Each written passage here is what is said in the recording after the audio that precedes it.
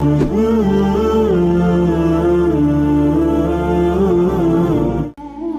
علیہ السلام نے دعا فرمائی ہے اللہ زوال نعمت سے بچا، اور رب کریم نے بھی قرآن حکیم میں جو ارشاد فرمایا نا، فرمایا واشکروا لی ولا تکفرون، میرا شکر ادا کرنا، کفر نہ کرنا، کفران نعمت نہ کرنا، شکر کرنا۔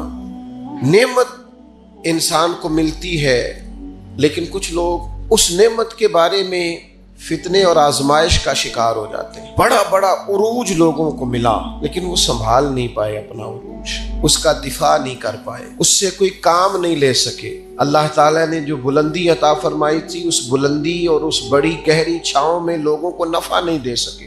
قرآن مجید نے عروج و زوال کی جو داستان بیان کی ہے، اس میں ایک داستان بنی اسرائیل کی بھی ہے۔ قرآن مجید فرقان حمید کو آپ دیکھیے، یا بنی اسرائیل اذکروا نعمتی التی انعمت علیکم وانی فضلتکم علی العالمین، اے یعقوب علیہ السلام کی اولاد، میرا وہ احسان یاد کرو، میری وہ نعمتیں یاد کرو جو میں نے تم پر کی تھی، وانی فضلتکم علی العالمین، اور میں نے تمہیں جہان والوں پر فضیلت عطا فرمائی۔ ایک یہ دور ہے، من و سلوہ اتر رہا ہے، دریا رستہ چھوڑ رہا ہے، حضرت موسیٰ کلیم علیہ السلام کی انہیں سایہ شفقت اور رحمت حاصل ہے، ایک یہ وقت ہے، لیکن کیا کیا انہوں نے؟ اللہ کے ہر حکم کی نافرمانی شروع کر دی۔ انہیں کہا کہ من و سلوہ سنبھال کے نہ رکھنا، انہوں نے ناشکری کی اور اسے سنبھال کر رکھنا شروع کر دیا۔ جو کام بھی کہا گیا اس میں نافرمانی کرتے چلے گئے۔ وہی قرآن مجید جو چند آیات پہلے کہتا ہے نا، انی فضلتکم علی العالمین، اے یعقوب کی اولاد، ہم نے تمہیں تمام جہانوں پر فضیلت عطا کی، وہی قرآن مجید آگے جا کے کہتا ہے جب میری نافرمانی کی، وَضُرِبَتْ عَلَيْهِمُ الذِّلَّةُ وَالْمَسْكَنَةُ، فرمایا ہم نے ان پر ذلت اور مسکینی مقرر کر دی۔ جس رب نے فضیلت دی تھی، پھر اسی رب نے ان پر ذلت مقرر کر دی۔ کیوں؟ کفران نعمت کیا ہے، اللہ کی نافرمانی کی ہے، خدا کے فضل سے ملی ہوئی چیزوں کو اپنی ذاتی جاگیر سمجھا ہے، مسلسل اللہ کے انبیاء کو ستایا ہے، نبیوں کا قتل تک معاذ اللہ کیا۔ یہ عروج و زوال کا عجیب رنگ دیکھو کہ انی فضلتکم علی العالمین وضربت علیہم الذلہ، ایک ہی پارے میں، ایک ہی مقام پہ۔ دعا کرو رب کریم جب عزت دے تو پھر ذلت سے بچائے، اللہ جب آسانی دے تو پھر دقت سے بچائے، رب کریم جب رحمت کرے تو پھر اپنے غضب سے بچائے، اللہ جب عطا کرے تو پھر اپنی ناراضگی سے بچائے۔ زوال نعمت بڑی تکلیف ہے، زوال نعمت بڑی آزمائش ہے۔ انسان کے پاس جب نعمت ہو تو اس سے چھن جائے، وہ بڑا تکلیف والا معاملہ ہے۔ تو نعمتیں چھنتی کیوں ہیں؟ زوال نعمت ہوتا کیوں ہے؟ چند ایک باتیں آپ کی خدمت میں عرض کرنی ہے کہ انسان سے نعمتیں چھنتی کیوں ہیں۔ سب سے پہلی بات تو یہ ہے کہ جب لوگ نعمت کی قدر نہیں نہ کرتے، نعمت رخصت ہو جاتی۔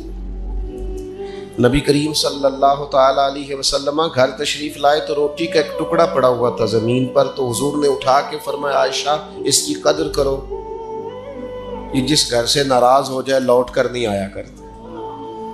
اللہ نے نعمت دی ہے، لوگ قدر نہیں کرتے۔ میں نے بہت سارے مالدار دیکھے، ان کے بچے پیسوں کی قدر نہیں کرتے، رزق کی قدر نہیں کرتے، صحت کی قدر نہیں کرتے۔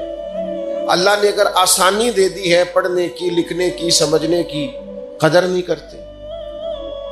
یہاں تک کہ کچھ لوگوں کو رب کے بندے میسر آتے ہیں، خیر سیکھنے کا موقع ملتا ہے، پر بے قدرہ نے قدر نہ کیتی تے کیتی خوب تسلی ہوں، دنیا دار پجاری زر دے کتیاں دے گل ٹلی ہوں، تے بک بک روشن اکھیاں تکیو ویکھ حویلی کلی ہوں، کوچ نصیر اساں جدوں کیتی پہ جانی تھر تھلی ہوں۔ ناقدری یہ بھی زوال کا باعث بنتی ہے۔ اللہ نے نعمت دی ہے، اس کی قدر کرو، صحت کی قدر کرو، آواز کی قدر کرو، ہمت ہے تو اس کی قدر کرو۔ نعمت کی قدر نہیں کرتے لوگ۔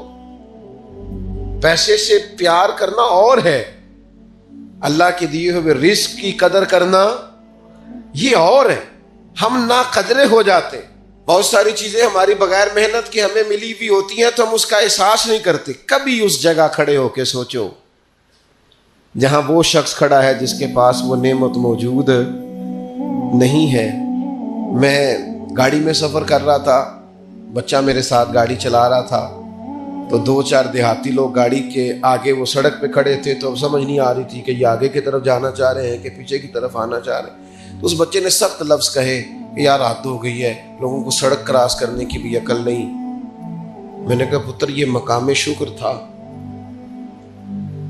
میں نے بسوں پہ سفر کیا ہے, مجھے اس کی تکلیف کا پتہ ہے.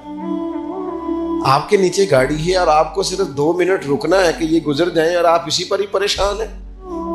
آپ ان کو گزر جانے دیں, آپ بریک لگا لیں, یہ آگے جائیں یا پیچھے جائیں, ٹائم دیں, قدر کریں. اگر اللہ نے نعمت دی ہے اسے ذاتی حق نہ سمجھیں. ایک تو ناقدری زوال نعمت کا باعث بنتی ہے, پھر ناشکری. جب لوگ شکر نہیں نہ کرتے پھر نعمتیں چلی جاتی ہیں. لَإِن شَكَرْتُمْ لَأَزِيدَنَّكُمْ, اگر تم شکر کرو گے تو میں نعمتوں میں اضافہ کر دوں گا. اور رب فرماتا ہے والا ان کفرتم ان عذابی لشدید, اگر تم نے کفران نعمت کیا تو میرا عذاب بھی بڑا سخت ہے. تو اس عذاب کا ایک معنی یہ بھی علماء نے کیا ہے کہ وہ نعمت تم سے چلی جائے گی اگر شکر نہیں کرو. کفران نعمت کرو گے, ناشکری کرو گے, وہ نعمت رخصت ہو جائے. بہت سارے لوگ ہیں قدر ہی نہیں کرتے. جہاں بھی آپ ہیں, جس مقام پر بھی ہیں, جہاں بھی ہیں, آپ کا سینہ ہر وقت چوڑا ہونا چاہیے. میں اپنے دوستوں کو سمجھانے کے لیے کہا کرتا ہوں کہ میں ناز سے کہتا ہوں جس طرح کے استاد مجھے ملے ہیں دنیا میں کسی کو نہیں ملے, اور جس طرح کے ماں باپ مجھے ملے ہیں میرا خیال ہے شاید کسی کو نہ ملے ہوں. اور پھر اس کے بعد جس طرح کے دوست, شاگرد, مرید, پیار کرنے والے, کہ دیکھو نا دوستوں کو جگہ نہیں ملی, کھڑے ہیں یہاں پہ. تو میں پھر کبھی کبھی ناز سے کہا کرتا ہوں خدا جانے بلندی ہے کہ پستی, پر جہاں میں ہوں وہاں کوئی نہیں ہے. آپ جہاں ہیں, جس مقام پر ہیں, آپ کی طبیعت شکر کے اندر ڈھلی ہوئی ہو. ایک ہمارے ہاں بچہ پڑھا کرتا تھا, تو اچھے کھاتے پیتے گھر کا تھا, تو ہر وقت کی لڑائی, فلانی چیز نہیں ملی, فلانی چیز نہیں ملی, ہر وقت کا رٹا. تو مدرسے میں بچے کام لگے ہوئے تھے, تو ہماری مسجد کی نا, چھوٹی مسجد کی کھڑکیوں سے مدرسہ نظر آتا ہے. میں نے اسے کہا پتر وہ دیکھ ذرا کیا ہونے لگا ہے. تو مزدور نے پونا کھولا, دوپہر کا ٹائم تھا, پھر اس نے ہاتھ دھوئے, پونا کھولا, پانی رکھا, پھر وہ چھوٹا سا توڑا تھا سیمٹ والا وہ بچھا کے اس پر وہ بیٹھ گیا. پھر اس نے جب وہ کھولا نا پونا, تو اس میں سے جو روٹی تھی وہ کافی ساری, اچار وغیرہ, سالن, وہ کچھ پونے کو بھی لگ گیا تھا. پھر اس نے جس شوق سے بسم اللہ پڑھی ہے نا, اور جس مزے سے روٹی کھائی ہے نا اس نے, اور پھر اسے اس کے تلفظ نہیں ٹھیک ہوگا, پر لفظ تاثیر سے بنتے ہیں, تلفظ سے نہیں. ہو سکتا ہے اسے سیکھنے کی ضرورت ہو, لیکن اس نے جب وہ کھا کے ہاتھ اٹھائے نا, اور کپڑے سارے مزدوری سے بھرے ہوئے, اور جس ذوق سے اس نے آسمان کی طرف دیکھا, میں نے کہا پتر اس کو رزق کھانا کہتے ہیں اور اس کو شکر کرنا کہتے ہیں. یہ لائن لگی ہوئی ہے کھانے پینے والی چیزوں کی, اور اے میں نہیں کھانی, تو اے میں نہیں کھانی, تو یہ میری پسند کی نہیں ہے, تو یہ میرے ابا جی کہا کرتے تھے بھوک لگی ہوئے تے ہر شے دا سواد ہے, تے نہ لگی ہوئے تے بڑے نخرے نے. نہ قدری اور نہ شکری یہ زوال نعمت کا باعث بنتی. کبھی نہ شکری نہ کریں, جو چیز ہے اس پر خدا کا ڈھیروں ڈھیر شکر ادا کریں, اور ہر حال میں شکر ادا کریں. کہیں مالک نے جو مجھے دیا ہے کرم ہی ہو گیا, جو اللہ نے مجھے عطا کی ہے اس پر اس کی رحمت ہو گئی, فضل ہو گیا. حضور علیہ السلام نے فرمایا 70,000 لوگ ہوں گے جنہیں رب حساب کے بغیر جنت عطا کر دے. فرشتے بھی حیران ہو کے پوچھیں گے تم کون ہو, کوئی حساب کتاب ہی نہیں ہوا. وہ کہیں گے ہم وہ ہیں جو ہر حال میں اپنے رب کا شکر ادا کرتے. وجود ڈھلے, میں اپنے دوستوں سے کبھی کبھی کہتا ہوں میرا نا وجود ڈھلتا ہے. کبھی آپ نے موم بتی دیکھی ہے, اس کا وجود ڈھلتا ہے. تو ایک درویش نے کہا ہے وہ اس لیے ڈھلتا ہے کہ وہ سمجھتی ہے میرے اوپر روشنی ہے, اس روشنی کی وجہ سے وہ ڈھلتی جاتی ہے, وہ نعمت بڑی ہے, میرے اوپر نور ہے, لہذا وہ شکر میں ساری ڈھل جاتی ہے, ملیا میٹ ہو جاتی ہے. تو میں بھی کبھی کبھی دوستوں سے کہتا ہوں یار میرا وجود ڈھلتا ہے خدا کے شکر میں. کبھی کبھی دل کرتا فٹافٹ سجدے میں چلا جائے، 1 منٹ نہ لگا۔ یہ ادارہ مکمل ہوا ہے نا، یہ ہم نے شروع کیا تو مجھے ایک صاحب کہنے لگے 40 سال لگ جانے نے مولوی مسیطہ نہیں مکمل کر دے، اور میرے دماغ میں بات اڑ گئی، پھر یہ مکمل ہو گیا، اور اللہ کے فضل سے اس طرح مکمل ہوا ہے کہ علماء دیکھنے کے لیے آتے ہیں اور دیکھ کر کے لوٹ کے جاتے ہیں تو کہتے ہیں کمال ہی ہو گئی۔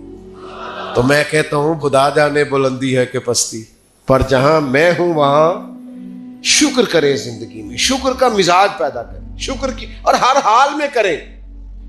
2 بجے رات کو ایک شخص سید ابو البرکات شاہ صاحب سے مسئلہ پوچھنے آ گیا تو ان کے بیٹے سید محمود احمد رضوی صاحب رحمۃ اللہ تعالیٰ علیہ ناراض ہو گئے، کہنے لگے کوئی ٹائم ہے مسئلہ پوچھنے کا، سویرے نہیں پوچھ سکتے تھے؟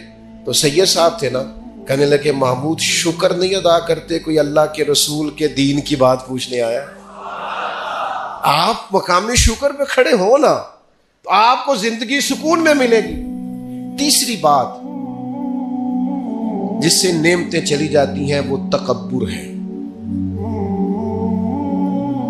تکبر صرف ایک ذات کو زیبا ہے، متکبر صرف ایک ہے، وہ اللہ ہے۔ اللہ کی شان ہے کہ وہ متکبر ہے، پڑھا ہے نا سورہ حشر میں، اس کا ایک صفاتی نام یہ ہے کہ وہ کیوں؟ اس لیے کہ اسے بڑا ہی کوئی نہیں، سارے چھوٹے ہیں تو وہ اکبر ہے۔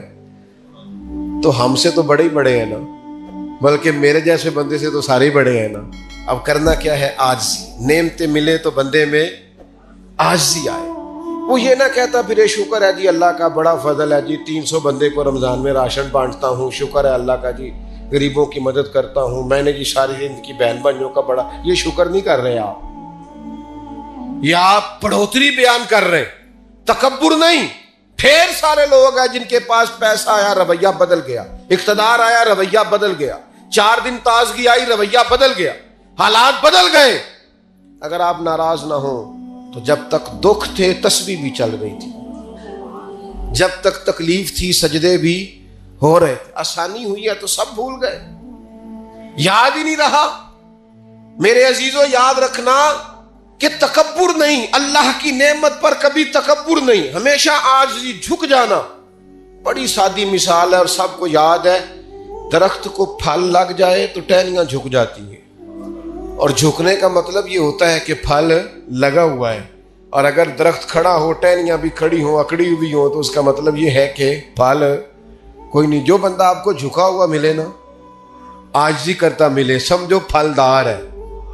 لیکن اگر تکبر ہی تکبر نظر آئے معاذ اللہ تو پھر اس کا معنی یہ ہے کہ اس نے اپنے آپ کو پھلدار نہیں سمجھا۔ قارون حضرت موسیٰ علیہ السلام کے زمانے کا مالدار ہے، لوگ رشک کرتے تھے اس کے پیسوں پر، اور ایسا مالدار کہ جس کے خزانوں کی چابیاں اونٹ اٹھایا کرتے تھے، پیسہ ہی پیسہ۔ حضرت موسیٰ علیہ السلام نے کہا زکوٰۃ دو، کہنے لگا اب آپ نے معاذ اللہ پیسے بھی لینے شروع کر دی۔ یہ بڑا مسئلہ ہوتا ہے نا بعض لوگوں کو، تو بہت سارے لوگ اس کے آنے جانے پر رشک کرتے تھے، لیکن پھر تکبر کیا نا، اس نے نعمت پر شکر کی بجائے تکبر کیا نا، تو اللہ نے زمین کو حکم دیا، رب کریم نے اسے زمین میں مال اور خزانے سمیت دھسا دیا، زمین میں غرق ہو گیا۔ کیوں؟ کہ اللہ کی نعمت میں متکبر ہے۔ اگر عاجزی ہو جائے انکساری، اور یار روب اور دبدبا تو حضرت عمر کا تھا، 24 لاکھ مربع میل پہ حکومت تھی، دنیا ڈرتی تھی، امن تھا، عمر ہوتی تھی دنیا میں، اور عمر باغ میں کھڑے ہو کے کہتے تھے اچھا خطاب کا بیٹا اور امیر المومنین، اچھا اب تو امیر بن گیا ہے، یاد رکھنا، خود اپنے آپ سے خطاب کر، یاد رکھنا صحیح سے ہی چلنا، ورنہ قیامت میں رب کا سامنا نہیں کر سکے گا۔ تو اپنے آپ سے خود احتسابی، تکبر سے نعمتیں چلی جاتی ہیں، زوال نعمت ہوتا ہے۔ ایک خاتون ہے بڑی نیک، تاریخ میں گزری ہیں، تو وہ کہتی ہیں کہ میں ایک جگہ بیاہ ہی گئی، میری پہلی شادی ہوئی ایک جگہ پہ، تو دروازے پہ کوئی بھیک مانگنے والا آیا اور اس کی حالت بڑی خستہ تھی، تو میرے شوہر نے نا اسے ڈانٹ دیا۔ میں نے اپنے شوہر سے کہا اللہ کا ہم پر فضل ہے اور اس کی حالت بڑی پتلی ہے، لگتا ہے کئی دنوں سے روٹی نہیں کھائی، تو 4 پیسے دے دیں تو حرج کیا ہے؟ کہنے لگا قطن نہیں، میں نے منع کر دیا تو ختم ہو گئی بات۔ تو بی بی کہتی ہے میرے پاس اپنے ذاتی پیسے بھی پڑے ہوئے تھے جو میکے کی طرف سے مجھے ملے تھے، تو ذرا میرا خامد سائڈ پہ ہوا تو میں نے نظر بچا کے نا اس فقیر کو 4 پیسے دے دیے، چونکہ زیادہ ہی اس کی حالت بگڑی ہوئی تھی۔ تو کہتی میں پیچھے پلٹی تو شوہر پیچھے کھڑا تھا، اس جرم میں کہ میں نے ایک فقیر کو بغیر اجازت پیسے دیے، اس نے مجھے طلاق دے دی۔ کہتے ہیں بڑی تکلیف میں تھی اور اپنے دل میں سوچتی تھی مالک میں نے تو تیرا بندہ جان کے اس کی مدد کی ہے اور مجھے یہ سزا ملی ہے۔ فرماتی ہیں عدت گزر گئی، میرا والد پریشان تھا، پھر ایک رشتہ آیا، میرا نکاح ہو گیا، لیکن اللہ نے مجھے اتنا اچھا شوہر دیا، اتنا نیک شوہر دیا، اتنا کمال آدمی۔ فَإِنَّ مَعَ الْعُسْرِ يُسْرًا إِنَّ مَعَ الْعُسْرِ يُسْرًا، مشکل کے بعد اللہ آسانی دیتا ہے۔ کمال شوہر اللہ نے مجھے دیا، نیک، صالح، محبت کرنے والا۔ فرماتی ہیں اسی طرح میں ایک دن اپنے شوہر کے ساتھ بیٹھی تھی، دروازے پہ دستک ہوئی تو میں شوق میں اٹھی، اپنے شوہر سے کہا میں دے کے آؤں؟ فقیر کو کہنے لگا جتنا مرضی دے دو۔ کہتے ہیں دروازے پہ گئی تو میری چیخ نکل گئی، اس لیے کہ دروازے پہ جو مانگنے آیا وہ میرا پہلا شوہر تھا۔ بے پرواہی ویک سجن دی جتھے کسے دی پیش نہ جاوے، انہیں مالا والے در در رولے تے منگتے ہیں تخت بٹھاوے، اوے سجنا ہو کسے نکارا مل دئی، کوئی کعبے ہو خالی آوے۔ وہ میرا پہلا شوہر دروازے اتنے وہ بھی تڑپ گیا۔ کل تک تکبر تھا، غرور تھا کہ ہم مالدار ہیں، ہم کسی غریب کو کیا دیں، لیکن آج یہ حال ہے کہ وہ خود دروازہ دروازہ بھیک مانگ رہا تھا۔ نہ قدری، نہ شکری، تکبر یہ زوال نعمت کا باعث بنتا ہے، انسان کے پاس سے نعمت رخصت ہونے لگ جاتی ہے۔ ایک چوتھی بات جو زوال نعمت کا باعث بنتی ہے وہ یہ ہوتی ہے کہ اللہ کی نعمت کو صرف اپنا حق سمجھ لینا۔ اللہ نے جو ہمیں دیا ہے نا وہ سارا ہمارا نہیں ہوتا، اس میں مسکین کا بھی حق ہوتا ہے، یتیم کا بھی حق ہوتا ہے، کمزور کا بھی حق ہوتا ہے، سائل کا بھی حق ہوتا ہے۔ سخت جملہ ہے پر چلو کوئی بات نہیں، کبھی کبھی کڑوی گولی سے بھی فرق پڑتا ہے۔ بعض لوگوں کو اللہ نعمت دیتا ہے وہ سانپ بن کے بیٹھ جاتے ہیں، وہ سمجھتے ہیں ہمارا حق ہے اور کسی کو دے کے احسان جتلاتے ہیں۔ میں ایک محفل میں گیا تو مجھے کہنے لگے 2 عمرے کے ٹکٹ بھی ہم نے دینے ہیں تو آپ نکال کے جائیں۔ میں کہا جنہوں دینے جو چپ کر کے دے دیو، یہ نہیں دیے جاتے۔ آپ نے اس کی فوٹو ہی بنانی ہے اور کسی کو عمرہ کرا رہے ہو، چپ کر کے دے دو، ختم ہو گئی بات۔ بچیوں کی، غریب بچیوں کی شادی کرانی ہے تو وہ ساری لائنوں میں بنا کے تصویریں بنانے کی کیا ضرورت؟ آپ سانپ بن کر نہ بیٹھیں۔ اللہ نے جو نعمت دی ہے، اور مشکات میں حدیث ہے حضور علیہ السلام نے فرمایا رب تمہیں جو رزق دیتا ہے تمہارے ضعیف اور کمزور لوگوں کی برکت سے عطا کرتا ہے، تو ان کی برکت سے تو تمہیں مل رہا ہے اور تم تکبر کرتے جا رہے ہو، غرور کر رہے ہو، اور تم کہتے ہو نہیں یہ میرا حق تھا۔ حق نہیں تھا بھائی، خدا نے اپنے فضل سے عطا کیا۔ اچھا پھر کچھ بندے بھول ہی جاتے ہیں، گاؤں سے آ کر پڑھنے والے بھول ہی گئے کہ کس کی ماں نے کتنا زیور بیچا تھا، وہ جدی پشتی امیر بن جاتے ہیں۔ وہ کہتے ہو نہیں جی اللہ دا فضل ہے جی، دادا جی دی بھی بڑی گل سی۔ بھائی دادا جی دی گل صرف زمین نال ہوندی ہے؟ ویسے آپ ایک اچھا انسان کہیں جھوٹ کیوں بولتے ہیں؟ صحیح بخاری میں حضرت ابو ہریرہ رضی اللہ تعالیٰ عنہ سے حدیث مروی ہے، بڑی مشہور ہے۔ نبی پاک علیہ السلام نے خود ایک قصہ بیان فرمایا بنی اسرائیل کا۔ حضور فرمانے لگے 3 شخص تھے، ایک کوڑ کے مرض میں مبتلا تھا، کوڑا تھا، ایک گنجا تھا، ایک نابینا تھا، ہر وقت پریشان رہتے تھے۔ میرے رب نے ان کو آزمانے کا فیصلہ کیا۔ دیکھو اللہ کے آزمانے کا طریقہ کیا ہے۔ ایک فرشتہ انسانی شکل میں آیا، سب سے پہلے جس کو کوڑ کا مرض تھا اس کے پاس آیا۔ حضور سید عالم صلی اللہ تعالیٰ علیہ وسلم بیان فرماتے ہیں اس نے آ کے اس سے کہا کیا چاہتے ہو؟ اس نے کہا یار مجھے کوڑ کا مرض ہے، لوگ مجھ سے نفرت کرتے ہیں، گھن کرتے ہیں، کاش میری کھال ٹھیک ہو جائے، جلد ٹھیک ہو جائے، بیماری چلی جائے۔ تو فرشتے نے ہاتھ پھیرا، اللہ نے شفا عطا کر دی۔ شفا کس نے دی؟ ہاتھ کس نے پھیرا؟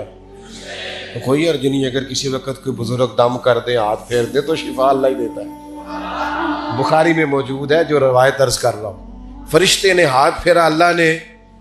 اب فرشتہ اس سے پوچھتا ہے پسند کیا ہے، مال کون سا پسند ہے؟ کہنے لگا اونٹ بڑے پسند ہے۔ تو فرشتے نے ایک حاملہ اونٹنی اسے دی اور برکت کی دعا بھی دی۔ اب فرشتہ آیا گنجے کے پاس، جناب کیا چاہتے ہیں؟ اس نے کہا میں گنجا ہوں، سر پہ بال نہیں ہے، اس کی وجہ سے چہرے پہ کوئی حسن بھی نہیں ہے، لوگ گھن کرتے ہیں، کبھی میرے بال آ جائے نا۔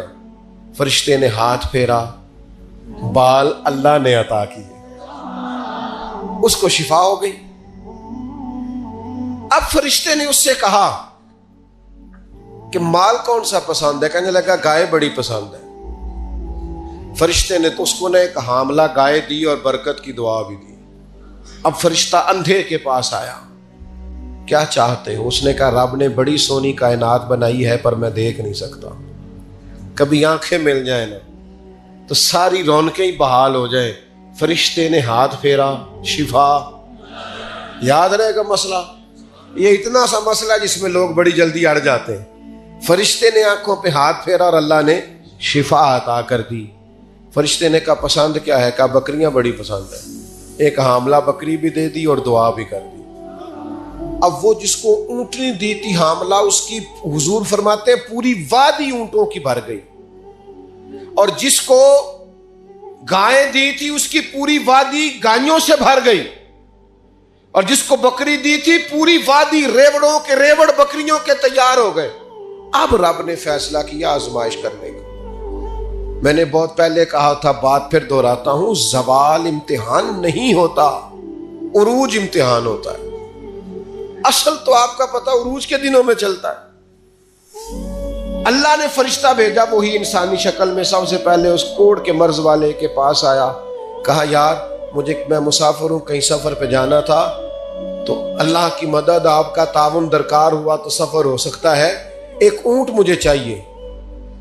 تو اس نے وہی بات کی جو کئی امیر لوگ کرتے ہیں، یہ صحیح بخاری میں موجود۔ کہنے لگا یار میرے ذمے تو حقوق ہی بڑے ہیں، سادہ ترجمہ کریے، میرے تے خرچے ہی بڑے نے جی، تو انہوں کی دسی، ادھر بھی جا رہا ہے، ادھر بھی، اے بھی آسمان میں تمے ہے، اے بھی میں، اتنے خرچے ہیں میرے، یہ بھی کرنا ہے، وہاں بھی کرنا ہے۔ اس نے وہی بات سنائی تو وہ فرشتہ کہنے لگا تو پہلے ایک کوڑی نہیں تھا، تو ناراض ہو گیا۔ کہنے لگا میں تو جدی پشتی رئیس اعظم ہوں، باپ دادا کی جائیداد ہے ساری جو مجھے ملی ہوئی۔ اس نے کہا اگر تو جھوٹا ہے نا تو اللہ کرے اسی طرح کا ہو جائے جس طرح کا پہلے تھا۔ اب وہ آیا گنجے کے پاس، اس سے کہا مسافر ہوں، سفر پہ جانا ہے، اللہ مدد کرے، آپ تعاون کریں تو سفر آسان ہو سکتا ہے، مجھے ایک گائے چاہیے، اگر آپ دے دیں تو۔ وہ کہنے لگا میرے تو ذمے حقوق ہی بڑے ہیں۔ اس نے کہا یار تو پہلے گنجا نہیں تھا، بیمار نہیں تھا، کچھ بھی نہیں تھا، بھوک تھی۔ کہنے لگا خبردار، میں تو جدی پشتی رئیس اعظم ہوں، باپ دادا سے امیر ہوں۔ اس نے کہا اچھا اگر تو جھوٹا ہے تو ویسا ہی ہو جائے جیسا پہلے۔ اب وہ آیا نابینا کے پاس، اس نے آ کے کہا مسافر ہوں، سفر پہ جانا ہے، اللہ مدد کرے، آپ تعاون کریں تو سفر آسان ہوگا، مجھے ایک بکری چاہیے اللہ کے نام پر۔ تو وہ بندہ کہنے لگا رب کے نام پر تو نے لینی ہے تو ایک کیوں لیتا ہے، جتنی چاہیے لے لے۔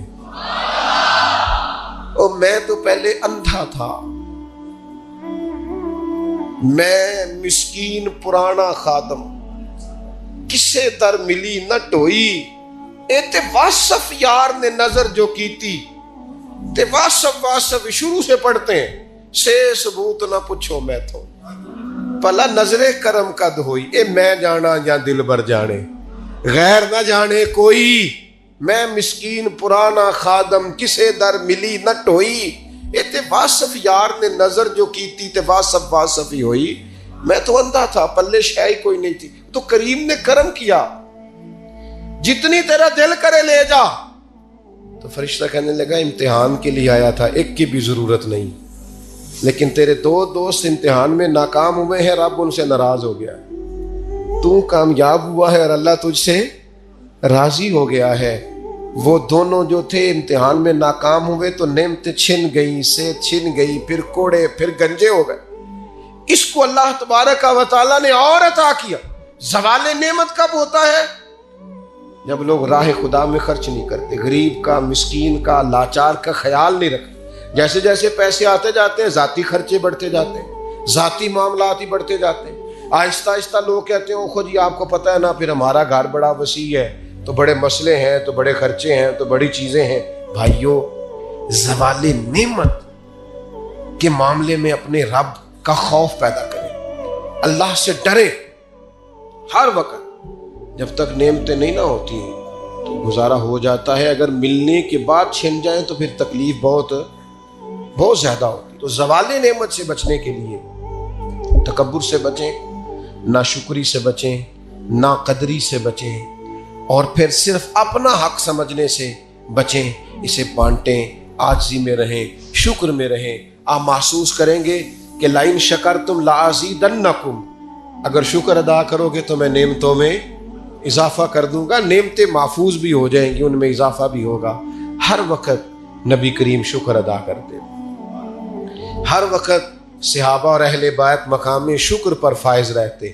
یہ مقام شکر انسان کو زوال نعمت سے بچاتا ہے. اپنے آپ پر غور کریں، اگر کوئی بھی نعمت موجود ہے، وہ اولاد کی صورت میں ہے، وہ صحت کی صورت میں ہے، وہ بہن بھائی، ماں باپ، دوست احباب، بیوی بچوں کی صورت میں، جو بھی انعام اللہ کے موجود ہے اس میں کبھی تکبر کا شکار نہ ہو.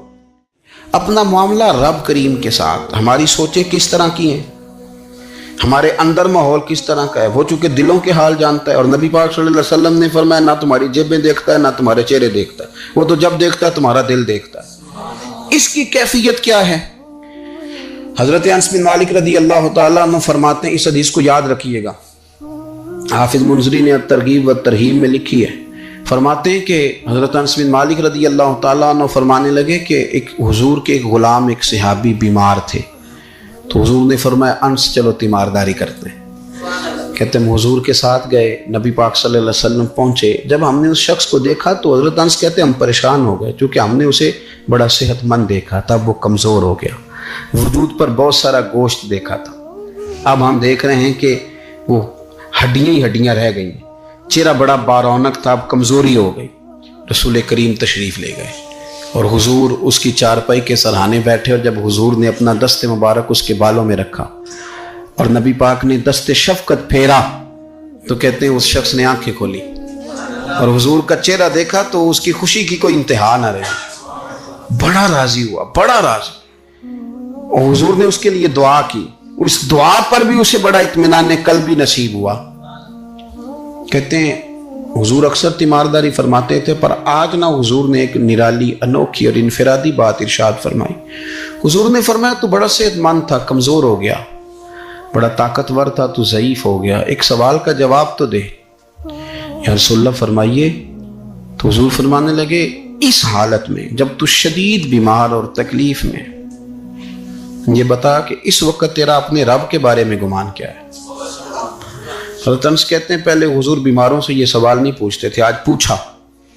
کیونکہ صحت میں لوگوں کی زبان پہ شکر ہوتا ہے اور بیماری میں شکوے ہوتے ہیں، معاذ اللہ. اس وقت اللہ کے بارے میں یہ سوچ حضور نے ہمیں دی ہے.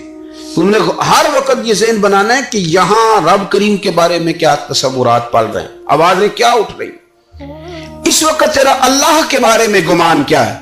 تو جناب انس بن مالک کہتے اس نے ہمیں اشارہ کیا کہ مجھے اٹھا کے بٹھاؤ.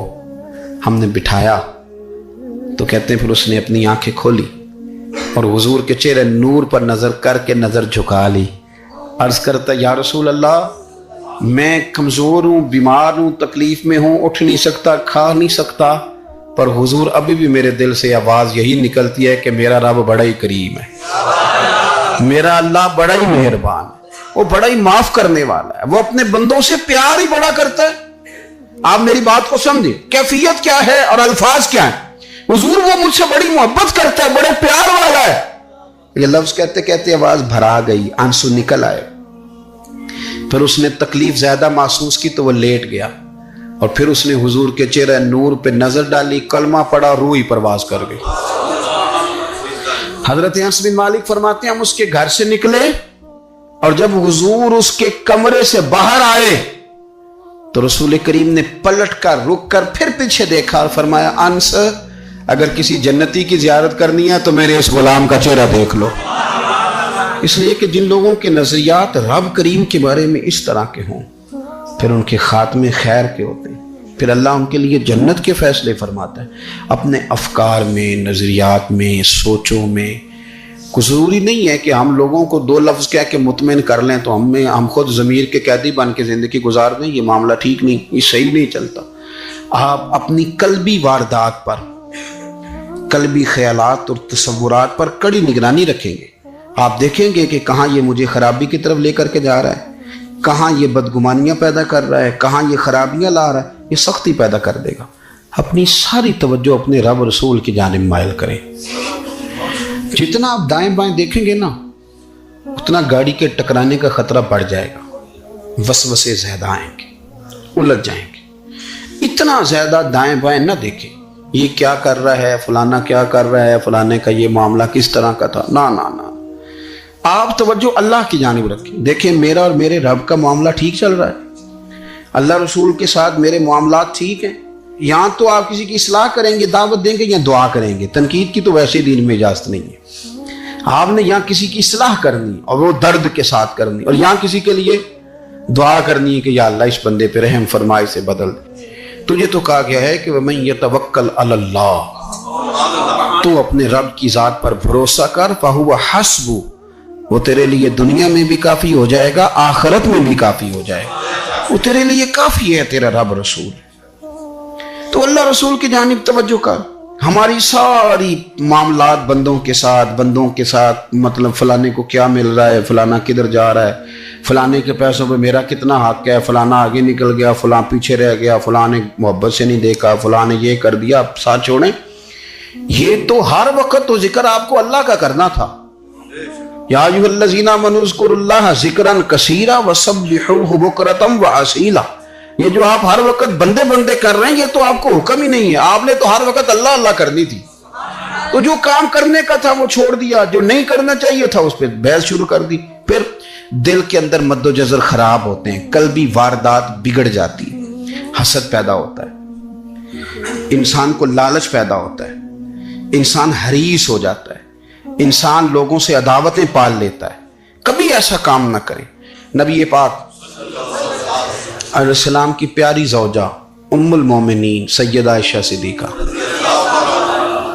بڑی شان ہے اس خاتون کی، بڑی عظمت ہے ان راہوں کے صدقے جن رستوں سے سیدہ پاک کی سواریاں گزرا کرتی۔